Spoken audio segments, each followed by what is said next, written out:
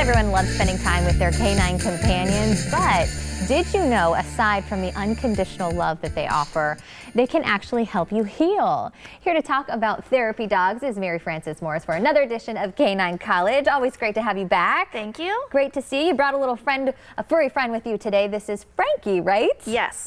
Frankie was one of my first clients when I moved to this part of town. He started with me as a puppy, and now he's graduated up to the point where he and his mother, who's not me, like to go and do therapy work at hospitals and share him with other people. And we were kind of joking that really the benefit here is Frankie, because he's getting loved on all day and rubbed on. But the goal of this, and you mentioned that it's really about working in teams, so it's that owner and companion kind of relationship, and it's all about making other people happy, you said. Yes. Yeah, so just like we get that ecstatic joy with just being around our animal and the unconditional love, then we can share that with others. And watching someone who's having a really bad day or feeling like there's nothing happy and what's the point anymore, then they can see these cute little guys, both big and small. He just happens to be a small version. He is so sweet. He's on model behavior. Is this how he is every day? And is this why he makes a good therapy dog? The cameras are on and he's like, I'll behave. Right. So what do you look for in a therapy dog? You know, if somebody's watching now and they say, hey, I would love to do that, or they think my dog would be a good therapy dog, what do you suggest? Well, they have to like people, right, other than their owners. So dogs that have stranger danger aren't really going to be, this is not the job for them. And then they have to be a calmer personality, either by nature or by age.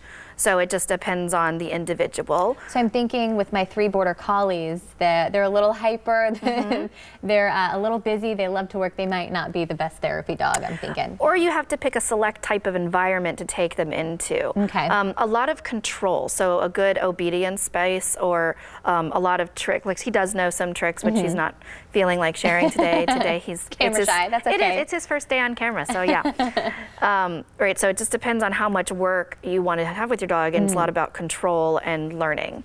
And you said they're typically a little older than, say, 2 years or older, right? Yep. I have done puppies over the years in certain schools, but generally by the time the dog gets over 2, you've been working with them since they were a puppy, and you can predict their behavior, and they start to mellow a little bit. Okay, so group lessons or class lessons or private lessons rather, you say is a good start. If anyone's interested and they want to get on board with this, do you offer those with Canine Connections? We do. I actually run my group classes at Gulf Coast Humane Society. Love them, always on with us. Yep, so it's a great place to learn how to listen around public and distractions, which is what they need to have in order to go out into public.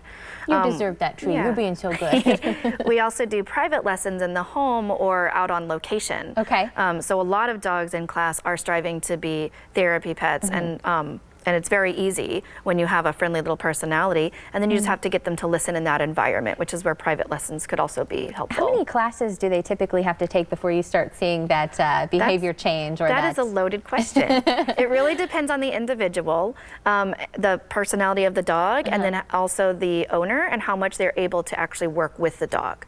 And I would say too, a lot of that, I think when it comes to any type of training, you know, being a dog owner for so long or having my furry family, you have to continue that through the home. You can't just go to class and stop, right? No, right. Otherwise they just listen in the classroom setting. And if you want to get them out in public to listen, then you have to go out in public to practice. Well, as we close here, what do you suggest they do, Mary Frances? Should they go online, check you guys out on Facebook, or if they want to sign up and be part of the therapy dog class, what do you suggest? Send you an email or?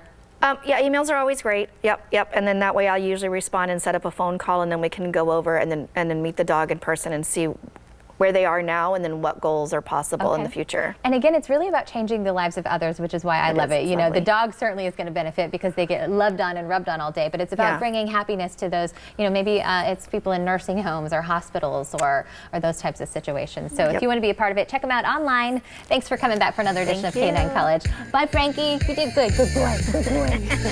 Check out our website, fox4morningblend.com. We're getting our morning jump start with Seminole Casino Immokalee. Let's start off this winning day with the Seminole Casino Hotel Immokalee and the Paradise High Limit Room. This is one spot in Southwest Florida where you can win and win big. But the Morning Blend is the only place where you can find these great mugs. The fourth person to call 239-673-3388 will receive this Morning Blend Seminole Casino mug. And you can't win if you've won anything with us over the last 120 days. Good luck.